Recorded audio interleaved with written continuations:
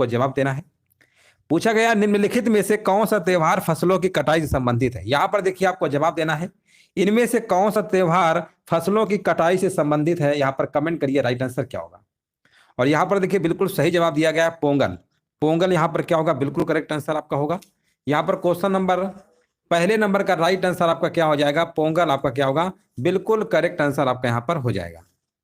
पोंगल जो है आपका सभी लोग जानते ही होंगे पोंगल के बारे में।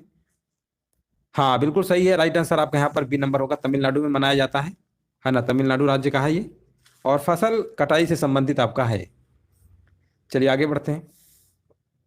ईस्टर देखिए, ईस्टर जो है, ईस्टर लिखा हुआ है, ईस्टर जो आपका है, ईस्टर त्योहार ईसाइयों का सबसे बड़ा पर्व है। ये ईसाइयों का सबसे बड़ा पर्व है। ऑप्शन नंबर जो पहला है यहाँ पर पोंगल आपका करेक्ट आंसर होगा। अगला प्रश्न बताइए। यहाँ पर देखिए आपको बताना है 1931 में पहली भारतीय बोलती फिल्म रिलीज हुई थी, इस फिल्म का नाम क्या था। यहाँ पर देखिए इस फिल्म का आपको नाम बताना है। ऑप्शन दिए गए किसान कन्या, जंगल का जवान, राजा हरिश्चंद्र और आलम आरा। तो यहां पर आपका जवाब हो जाएगा आलम आरा, बिल्कुल सही जवाब दिया गया। ऑप्शन नंबर यहाँ पे आपका डी नंबर होगा। अगला प्रश्न बताइए। भारत के महान्यायवादी के संबंध में निम्नलिखित में से कौन सा कथन आपका सत्य नहीं है। यहां पर देखिए आपको राइट आंसर बताना है। भारत के महान्यायवादी से संबंधित है प्रश्न आपका ये। और अगर हम बात करते हैं तो भारत के आर्टिकल नंबर 76 में बताया गया है, आर्टिकल नंबर 76 में बताया गया है कि भारत में एक आपके महान्यायवादी जिसे आप अटॉर्नी जनरल कहते हैं आपके होंगे, है ना, यहां पर बताया गया है। और आपको बताना यहाँ पे राइट आंसर क्या होगा।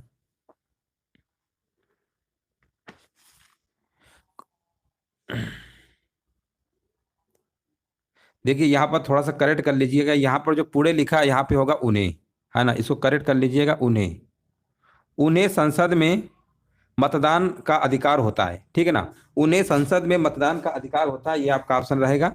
लास्ट वाला जो है इसको करेक्ट कर लीजिएगा, है ना, सभी लोग करेक्ट कर लीजिए। यहाँ पे आपका होगा उन्हें संसद में मतदान करने का अधिकार होता है ना। बताइए यहाँ पे राइट आंसर क्या होगा। देखिए वो मंत्रिमंडल का सदस्य नहीं होता, ये आपका सही है। उन्हें संसद में बोलने का अधिकार भी है, ये भी सही है, ये भी सही है। उन्हें भारत की सभी अदालतों में सुनवाई करने का अधिकार भी होता है, ये भी सही है। संसद में उन्हें मतदान करने का अधिकार होता है, ये गलत है, नहीं होता है उनका, ठीक है ना। ऑप्शन नंबर यहाँ पे डी आपका सही होगा। अगला प्रश्न बताइए।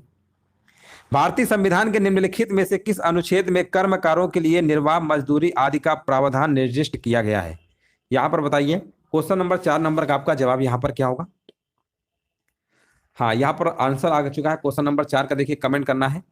यहाँ पे राइट आंसर आपका क्या होगा। यहाँ पर हो जाएगा आर्टिकल नंबर आपका 43 हो जाएगा। जिनका भी जवाब अनुच्छेद नंबर 43 आ रहा है समझ जाओ बिल्कुल सही जवाब दे रहे हैं। अनुच्छेद नंबर 43 कहता है कर्मकारों के लिए निर्वाह मजदूरी आदि का प्रावधान निर्दिष्ट किया गया है। और अनुच्छेद जो 41 है वो आपका कहता है कुछ मामलों में काम का अधिकार, शिक्षा का अधिकार तथा सार्वजनिक सहायता से संबंधित है आपका 41। यहाँ पे 43 आपका करेक्ट आंसर आपका होगा। अगला प्रश्न बताइए। जापान की संसद को क्या कहा जाता है। जापान की संसद को कहा जाता है द नेशनल डायट कहा जाता है। ऑप्शन नंबर यहाँ पे क्या होगा, राइट आंसर आपका यहाँ पर बिल्कुल सही आंसर आपका हो जाएगा। अगला प्रश्न बताइए। किस पशु को भारत का राष्ट्रीय धरोहर पशु घोषित किया गया है। यहां पर देखिए आपको जवाब देना है किस पशु को भारत का राष्ट्रीय धरोहर पशु घोषित किया गया है। यहाँ पे राइट आंसर आपका क्या हो जाएगा। तो यहाँ पर लिखा हुआ है रॉयल बंगाल टाइगर, एक सींग वाला गैंडा, एशियाई चीता और हाथी। ये विकल्प आपके दिए गए हैं। देखिए एक सींग वाला गैंडा असम के काजीरंगा राष्ट्रीय उद्यान यानी विश्व धरोहर स्थल में आपका है आपका, ये आपका असम के काजीरंगा राष्ट्रीय उद्यान में पाया जाता है एक सींग वाला गैंडा। रॉयल बंगाल टाइगर की बात करेंगे, भारत का राष्ट्रीय पशु है जो पश्चिम बंगाल सुंदरवन में पाया जाता है। और यहाँ पर 6 नंबर का जो ए बताया जा रहा है बिल्कुल गलत आंसर दिया गया है। यहाँ पे आंसर आपका हो जाएगा डी नंबर हाथी। प्रश्न को ध्यान से पढ़िए, लिखा हुआ राष्ट्रीय धरोहर, राष्ट्रीय धरोहर पशु घोषित किया गया। अगर हम भारत का राष्ट्रीय पशु की बात करते तब आप बताते royal Bengal tiger. Option number यहाँ पे डी नंबर आपका बिल्कुल करेक्ट आंसर आपका हो जाएगा। अगला प्रश्न बताइए। टीपू सुल्तान ने इनमें से किस किस स्थान से संबंधित है। टीपू सुल्तान की बात करेंगे। टीपू सुल्तान देखिए 4 आंग्ल मैसूर युद्ध हुए थे, जिसमें आपका प्रथम युद्ध तो आपका आंग्ल मैसूर हैदर अली ने लड़ा था, लेकिन दूसरा तीसरा और चौथा ये टीपू सुल्तान नहीं लड़ा था। और टीपू सुल्तान जो है आपके श्रीरंगपट्टनम से संबंधित है। ऑप्शन नंबर आपका यहाँ पर ए नंबर राइट आंसर आपका हो जाएगा। हाँ बिल्कुल सही जवाब दिया गया है। हाँ बिल्कुल करेक्ट आंसर दिया गया है। हाँ चलिए आगे बढ़ते हैं।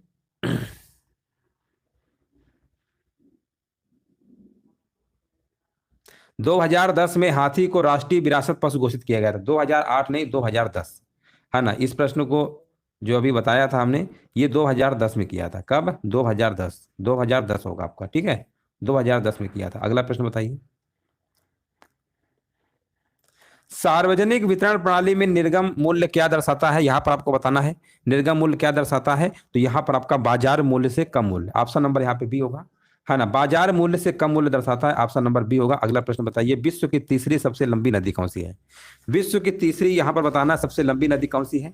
अगर हम पहली नदी की बात करेंगे तो आपका यहाँ पर नील नदी है, सबसे लंबी है। दूसरी अमेजान है, अमेजन नदी है। और तीसरी नंबर में आपकी आती है यांगत्से नदी, ऑप्शन नंबर ए होगा, बिल्कुल सही है, 9 नंबर का ए होगा। अगला प्रश्न बताइए, इंग्लिश चैनल और उत्तरी सागर को जोड़ने वाले प्रमुख जल डमरू मध्य का नाम बताइए। यहाँ पे राइट आंसर क्या होगा?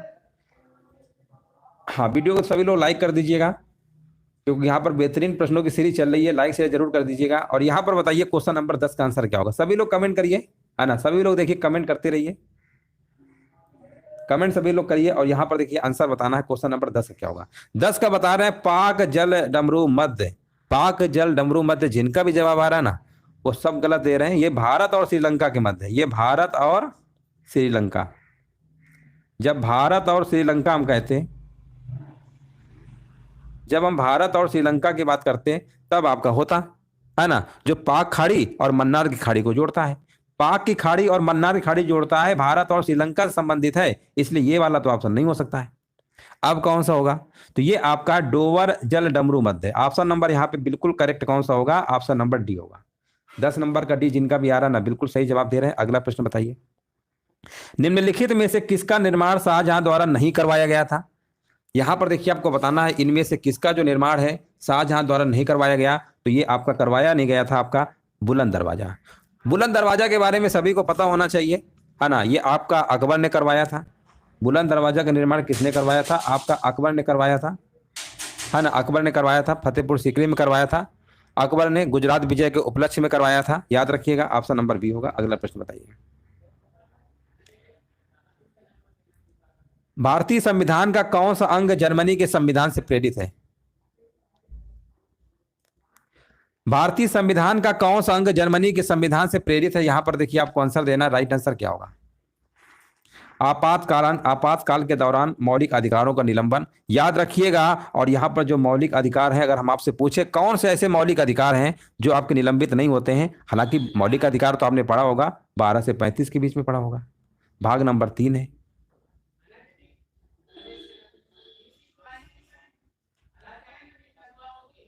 भाग नंबर 3 में है, लेकिन यहाँ पर जो 20 और 21 है ना, 20 और 21 ये याद रखिएगा, इंपॉर्टेंट बता रहे हैं। 20 और 21 जो है ये आपके निलंबित नहीं हो सकते हैं। 20 और 21 जो आपके अनुच्छेद हैं ये आपके निलंबित नहीं होते हैं, याद रखिएगा। ऑप्शन नंबर यहाँ पे 12 नंबर का ए होगा। अगला प्रश्न बताइए, निम्नलिखित में से कौन सा कथन नेताजी सुभाष चंद्र बोस से संबंधित नहीं है ना। क्वेश्चन नंबर देखिए 13 नंबर का आपको जवाब देना है, कौन सा इसे इसमें आपका संबंधित नहीं है। चलिए यहाँ पर आपको आंसर देना है, करेक्ट आंसर आपका यहाँ पर क्या होगा?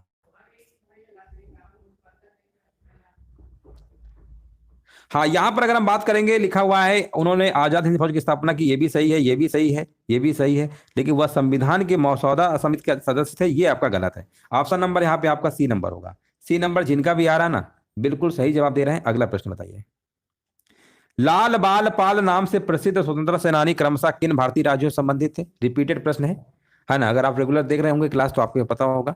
बताइए इसका आंसर यहाँ पर क्या होगा? लाला लाजपत राय, बाल गंगाधर तिलक और बिपिन चंद्र पाल। ये कौन से संबंधित है आपको बताना है। तो पंजाब, महाराष्ट्र और बंगाल। ऑप्शन नंबर डी होगा, 14 नंबर का डी होगा। अगला प्रश्न बताइए, भारत के नियंत्रक एवं महालेखा परीक्षक का सामान्य कार्यकाल कितने वर्ष का होता है? यहां पर देखिए 15 नंबर में आपको जवाब देना, राइट आंसर आपका क्या होगा? कार्यकाल आपसे पूछा गया है तो ये आपका दोस्तों होता है। हाँ देखिए, अनुच्छेद नंबर कौन सा है? 148 में बताया गया है संविधान में कि भारत का नियंत्रक एवं महालेखा परीक्षक भी होंगे, और इनका जो आपका है कार्यकाल रहेगा 6 वर्ष। ऑप्शन नंबर यहाँ पे डी होगा। जिनका भी डी आ रहा है ना बिल्कुल सही जवाब दिए। अगला प्रश्न बताइए, इनमें से किस अवधि को भारत में स्वर्ण क्रांति के नाम से जाना जाता है? स्वर्ण क्रांति के नाम से अगर हम बात करेंगे तो याद रखिएगा 1991 से लेकर 2003 का जो टाइम पीरियड था इसी को स्वर्ण क्रांति के नाम से जाना जाता है। ऑप्शन नंबर बी आपका बिल्कुल करेक्ट होगा। अगला प्रश्न बताइए, फानी एक प्रकार का था, क्या था? फानी एक प्रकार का क्या था दोस्तों, यहाँ पर नाम बताना है। देखिए फानी जो नाम दिया गया था ये किसके द्वारा दिया गया था, कौन से देश के द्वारा सुझाव दिया मतलब सुझाया गया था नाम, ये बांग्लादेश, ठीक है ना, यहाँ पे लिख दे रहे हैं बांग्लादेश। बांग्लादेश ने इसका नामकरण किया था फानी, जो आपका एक उष्णकटिबंधीय चक्रवात था। उष्णकटिबंधीय चक्रवात था आपका, ऑप्शन नंबर यहाँ पे क्या होगा, ए नंबर होगा। इससे आपके प्रभावित क्षेत्र उड़ीसा, आंध्र प्रदेश, पश्चिम बंगाल थे। चक्रवात था आपका ये। अगला प्रश्न बताइए, भारत के किस राज्य को प्राचीन समय में कामरूप के नाम से जाना जाता था। भारत के किस राज्य को प्राचीन समय में कामरूप के नाम से जाना जाता था, यहां पर देखिए आपको जवाब देना है। राइट आंसर आपका यहां पर क्या हो जाएगा, और राइट आंसर हमारे बीच आ चुका है ना। यहां पर बिल्कुल सही जवाब दिया गया है असम। असम जो है ना, इसी को हम पहले क्या कहते थे, कामरूप के नाम से जानते थे। ऑप्शन नंबर यहां पे आपका सी होगा। अगला प्रश्न बताइए, भारत के किस राज्य को लुढ़कती पहाड़ियों की भूमि के नाम से जाना जाता है। भारत के किस राज्य को लुढ़कती पहाड़ियों की भूमि के नाम से जाना जाता है, और यहां पर जवाब आ चुका है 19 नंबर का, बता रहे हैं मिजोरम। बिल्कुल सही जवाब दिया गया है मिजोरम। यहां पर क्या होगा, राइट आंसर आपका होगा। मिजोरम की कैपिटल क्या होती है, मिजोरम की दोस्तों राजधानी जो होती है आइजोल होती है। इसकी अगर हम राजधानी की बात करेंगे, राजधानी क्या होती है सभी को पता होना चाहिए, आइजोल, ठीक है ना, आइजोल होती है। भारत में 28 आपके राज्य हैं और 8 आपके केंद्र शासित प्रदेश हैं। अगला प्रश्न बताइए, इनमें से किस आंदोलन का नेतृत्व महात्मा गांधी ने नहीं किया था। अगर महात्मा गांधी जी की बात करेंगे तो जो बारदोली सत्याग्रह आपका 1928 में हुआ था ना, ये नहीं किया था, ये किया था सरदार वल्लभ भाई पटेल ने, है ना, सरदार वल्लभ भाई पटेल ने किया था, याद रखिएगा, सरदार वल्लभ भाई पटेल ने किया था। तो आंसर आपका जो होगा ए नंबर आपका हो जाएगा, बाकी सब आपके सही थे। अगला प्रश्न बताइए, संपूर्ण क्रांति का नारा किसने दिया था। यहां पर देखिए आपको बताना है, संपूर्ण क्रांति का नारा किसने दिया था। ऑप्शन दिए गए हैं, नरेंद्र मोदी, महात्मा गांधी, जयप्रकाश नारायण, राम मनोहर लोहिया। यहां पर देखिए 21 नंबर का जवाब हमारे बीच आ चुका है और बताया जा रहा है, बिल्कुल सही जवाब दिया गया है। यहां पर बताया जा रहा है जयप्रकाश नारायण, बिल्कुल सही जवाब है। ऑप्शन नंबर यहाँ पे सी आपका हो जाएगा। अगला प्रश्न बताइए, सिंधु घाटी सभ्यता के किस शहर का शाब्दिक अर्थ मृतकों का टीला है। किस शहर का शाब्दिक अर्थ जो है मृतकों का टीला है ना, यहां पर आपको बताना है। राइट आंसर आपका यहां पर क्या हो जाएगा, ये आपका हो जाएगा मोहनजोदड़ो, है ना, मोहनजोदड़ो, बिल्कुल सही आंसर दिया गया है। अगला प्रश्न बताइए, निम्नलिखित में से किसने सबसे पहले आजाद हिंद फौज के गठन की कल्पना की थी, है ना। आजाद हिंद फौज की स्थापना की बात नहीं कर रहे, कल्पना की बात कर रहे हैं। कब कल्पना किसने किया था, तो ये किया था मोहन सिंह ने, कैप्टन मोहन सिंह ने किया था। ऑप्शन नंबर आपका पहला विकल्प आपका सही होगा। ध्वनि की वह न्यूनतम आवृत्ति क्या है जो मनुष्य द्वारा सुनी जा सकती है। 24 नंबर में देखिए आपको जवाब देना है। राइट आंसर यहाँ पर क्या होगा, ध्वनि की वो न्यूनतम आवृत्ति क्या है जो सुनी जा सकती है। क्वेश्चन नंबर देखिए यहाँ पर 24 का आंसर देना है, तो 20 हर्ट्ज से, याद रखिएगा दोस्तों, यहां लिख दे रहे हैं 20 हर्ट्ज से लेकर 20,000 हर्ट्ज तक की सुन सकते हैं। और यहां पर बोला गया है न्यूनतम, तो न्यूनतम आपका हो जाएगा 20 हर्ट्ज। अब 20,000 हर्ट्ज से जो ज्यादा होती हैं उन्हें हम कहते हैं पराश्रव्य तरंगे, उन्हें हम नहीं सुन सकते हैं, वो चमगादड़ वगैरह सब सुन सकते हैं। 20 हर्ट्ज से जो कम होती है वो आपकी कौन सी होती है, 3 प्रकार की होती है ना, श्रव्य तरंगे, पराश्रव्य तरंगे और अपश्रव्य। अपश्रव्य तरंगे जो होती है 20 हर्ट्ज से नीचे होती है। अगला प्रश्न बताइए, दांडी मार्च गुजरात में नमक की खदानों तक लगभग कितने मील की पैदल यात्रा थी। यहाँ पर देखिए आपको बताना है राइट आंसर क्या होगा, तो ये आपकी थी 240 मील की, कितनी थी 240 मील की यात्रा थी। ऑप्शन नंबर आपका यहाँ पर ए नंबर सही होगा। कितने मेगाबाइट 1 गीगाबाइट के बराबर होते हैं, कितने मेगाबाइट 1 गीगाबाइट के बराबर होते हैं, यहाँ पर देखिए आपको जवाब देना है। राइट आंसर आपका क्या होगा बताइए। क्वेश्चन नंबर देखिए 26 नंबर का आपको कमेंट करना है और राइट आंसर हमारे बीच आ चुका है, बिल्कुल सही जवाब दिया गया है। यहाँ पर 1024 बताया जा रहा है, बिल्कुल सही है, ऑप्शन नंबर बी होगा। अगला प्रश्न बताइए, राष्ट्रीय राजमार्ग यानी फर्स्ट है, पुराना क्रमांक है, इनमें से किन स्थानों को जोड़ता है। यहां पर देखिए आपको बताना है राइट आंसर क्या होगा, ये आपको कौन सा जोड़ता है, 27 नंबर का देखिए आपको जवाब देना है। राइट आंसर क्या होगा, हाँ, राष्ट्रीय राजमार्ग जो फर्स्ट है आपका, ये दिल्ली अटारी को जोड़ता है, ठीक है ना, दिल्ली अटारी को जोड़ता है। और याद रखिएगा वर्तमान में भारत का सबसे लंबा राष्ट्रीय राजमार्ग कौन सा है, NH-44 है, NH-44 है। जो इसका पुराना नाम क्या था, पुराना नाम की अगर हम बात करते हैं, पुराना नाम आपका था NH-7, क्या था NH-7। अब इस समय वर्तमान में कौन सा है, NH-44 है। चलिए अगला प्रश्न बताइए, भारत में किस वर्ष में प्रस्तुत किए गए बजट को काला बजट कहा जाता है। तो काला बजट इसलिए कहा जाता है क्योंकि 550 करोड़, है ना, 550 करोड़ का घाटा हुआ था, 550 करोड़ घाटा हुआ था, वो आपका 1973-74 के बजट को काला बजट कहा जाता है। ऑप्शन नंबर यहाँ पे आपका बी नंबर सही होगा। स्वतंत्रता के समय ब्रिटिश भारत में कितनी रियासतें शामिल थी, है ना। रियासतों की बात करेंगे, जब भारत आजाद हुआ था तो उस समय 565 थी, है ना, 565 विरासत आपकी थी। अगला प्रश्न बताइए, शेर शाह सूरी का मकबरा कहां पर स्थित है। यहां पर देखिए आपको बताना है शेर शाह सूरी का मकबरा कहां पर स्थित है। यहां पे राइट आंसर आपका क्या होगा, तो ये बिहार के सासाराम में स्थित है। ऑप्शन नंबर सी होगा, बिल्कुल सही जवाब दिया गया है। अगला प्रश्न बताइए, सम्राट अकबर का मकबरा किस शहर में स्थित है। सम्राट अकबर का अगर हम मकबरा की बात करेंगे तो ये आपका कहां पर स्थित है, बताइए। सम्राट अकबर का जो मकबरा है कहां पर स्थित है, ये आपका है सिकंदरा, जो आगरा से 4 किलोमीटर दूरी पे पड़ता है। तो आपको आगरा लगाना पड़ेगा, क्योंकि आगरा जो है, आगरा के पास ही है सिकंदरा। ऑप्शन नंबर यहाँ पे आगरा आपका हो जाएगा। अगला प्रश्न बताइए, भारतीय संविधान के किस अनुच्छेद में कुछ दशाओं में काम, शिक्षा और लोक सहायता पाने के अधिकार संबंधी प्रावधान निर्दिष्ट किए गए हैं। तो ये अनुच्छेद नंबर आपका है 41। ऑप्शन नंबर यहाँ पे क्या होगा, पहला ही आंसर आपका सही होगा। अगला प्रश्न बताइए, उत्तर कोरिया और दक्षिण कोरिया को अलग करने वाली अंतरराष्ट्रीय सीमा रेखा को किस नाम से जाना जाता है।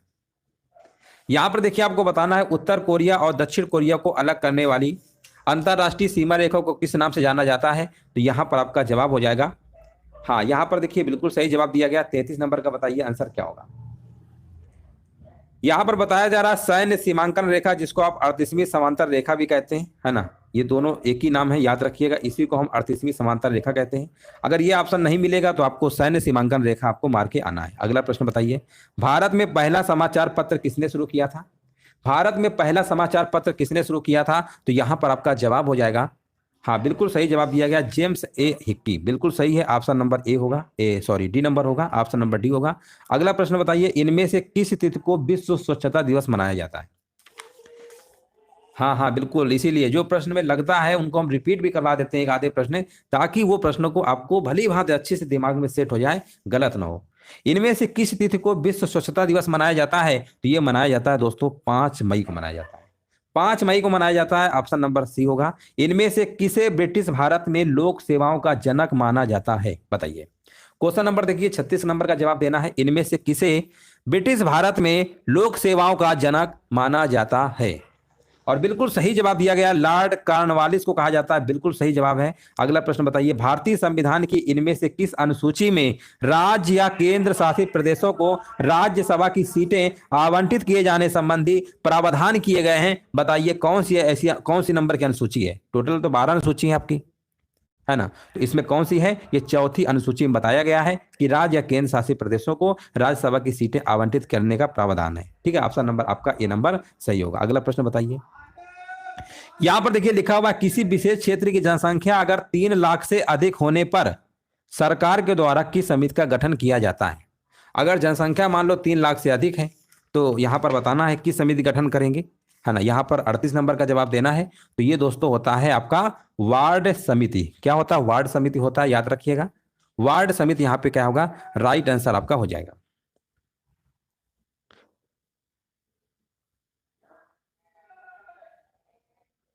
वार्ड कमेटी जो है नगर पालिका में बनाया जाता है, जहां की आबादी 3 लाख या उससे अधिक होती है, याद रखिएगा। भारत का सबसे पुराना नगर पालिका जो है मद्रास नगर पालिका। अगर हम भारत में सबसे पुराना की बात करेंगे तो ये आपका कौन सा है, मद्रास, है ना, याद रखिएगा, मद्रास नगर पालिका है, मद्रास नगर पालिका है ना। ये प्रश्न पूछा जाता है एग्जाम में। और इसकी स्थापना कब हुई थी, इसकी स्थापना 1687 में हुई थी, ये भी डेट याद रखिएगा। मद्रास नगर पालिका भारत का सबसे पुराना नगर पालिका है, याद रखिएगा, और इसकी स्थापना 1687 में हुई थी। अगला प्रश्न बताइए, अगला प्रश्न है भारत की, यहां पर बताइए, भारत, यहां पर आपको बताना है भारत सरकार ने, है ना, वर्ष 1980 में कितने बैंकों का राष्ट्रीयकरण किया था। भारत सरकार ने वर्ष 1980 में कितने बैंकों का राष्ट्रीयकरण किया था, यहां पर आपको बताना है। राइट आंसर आपका यहां पर क्या होगा, भारत की केंद्र सरकार ने, है ना। यहां पर जो आपका प्रश्न होना चाहिए था, भारत की केंद्र सरकार ने, है ना, भारत की केंद्र सरकार ने, केंद्र सरकार की, ये भारत सरकार की ये बात एक ही है। 1980 में कितने बैंकों का राष्ट्रीयकरण किया गया था, 6 किया गया था। कितने, 6 बैंकों का। ऑप्शन नंबर सी होगा, हाँ बिल्कुल सही जवाब दिया गया है, यहाँ पे राइट आंसर आ चुका है ना। उस समय प्रधानमंत्री आपके थे राजीव गांधी थे, है ना, उन्होंने 200 करोड़ की जिनके पास पूंजी थी 6 बैंकों को राष्ट्रीयकरण किया। इसके बाद आपका 1969 में इंदिरा गांधी जी के समय में आपके 14 राष्ट्रीय बैंक, जो 14 निजी बैंक थे उनका राष्ट्रीयकरण किया गया था। 1969 को किया गया था 14 बैंकों का। अगला प्रश्न बताइए, क्षय रोग किसके कारण होता है? क्षय रोग देखिए, आपको टीबी जो आपको हो जाता है इसे क्षय रोग कहते हैं। ये किसकी वजह से होता है आपको बताना है। यहाँ पे राइट आंसर क्या होगा? हाँ, क्षय रोग जो आपका होता है ना, ये बैक्टीरिया होता है, जीवाणु होता है। ऑप्शन नंबर यहाँ पे सी आपका सही होगा। अगला प्रश्न बताइए, द्वितीय पीढ़ी के कंप्यूटर किस पर आधारित थे?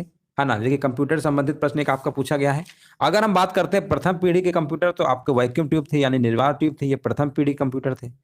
दूसरी पीढ़ी कंप्यूटर की बात करेंगे तो उसमें आपका ट्रांजिस्टर यूज हो रहा था। तीसरी अगर हम बात करेंगे तो आपका इंटीग्रेटेड जो चिप होता है ना, वो तीसरे में था आपका, है ना, तीसरे में था। तो दूसरा पूछा गया, दूसरा वाला आपका लगा देना ट्रांजिस्टर। 41 नंबर का आपका ट्रांजिस्टर वाला होगा। द्वितीय पीढ़ी में ट्रांजिस्टर यूज हुआ था। अब प्रथम पीढ़ी में निर्वात ट्यूब कहिए या आपका वैक्यूम ट्यूब कहिए, बात तो एक ही है। अगला प्रश्न बताइए, कौन सा अनुच्छेद वित्त आयोग के गठन से संबंधित है? यहां पर देखिए आपको बताना है कौन सा अनुच्छेद, अनुच्छेद नंबर 280, याद रखिएगा, ये वित्त आयोग के गठन से संबंधित है। अगला प्रश्न बताइए, भूटान की सीमा इनमें से किस भारतीय राज्य से जुड़ी नहीं है ना? भूटान की देखिए आपको बताना है, यहाँ पे लिख दे रहे हैं, ये है आपका साप। साप एक ट्रिक है, इसे आप याद रख सकते हैं। ये तो सिक्किम है ना, असम भी है और पश्चिम बंगाल भी है, और साथ में ये जो है अरुणाचल प्रदेश। यहाँ अगर अरुणाचल प्रदेश होता तो हमारा सही हो जाता, है ना। तो उड़ीसा नहीं होगा। ऑप्शन नंबर यहाँ पे क्या होगा? कौन कौन से याद रखिएगा, सिक्किम, असम, अरुणाचल प्रदेश और पश्चिम बंगाल, 4 ही हैं, ठीक है ना। अगला प्रश्न बताइए, किस संशोधन के तहत भारतीय संविधान के अनुच्छेद 75 में जोड़ा गया था कि मंत्रिपरिषद में प्रधानमंत्री सहित मंत्रियों की कुल संख्या लोकसभा सदस्यों की कुल संख्या के 15% से अधिक नहीं होगी? 15% से अधिक नहीं होगी। 44 नंबर का देखिए आपको जवाब देना है। यहाँ पे राइट आंसर आपका क्या होगा?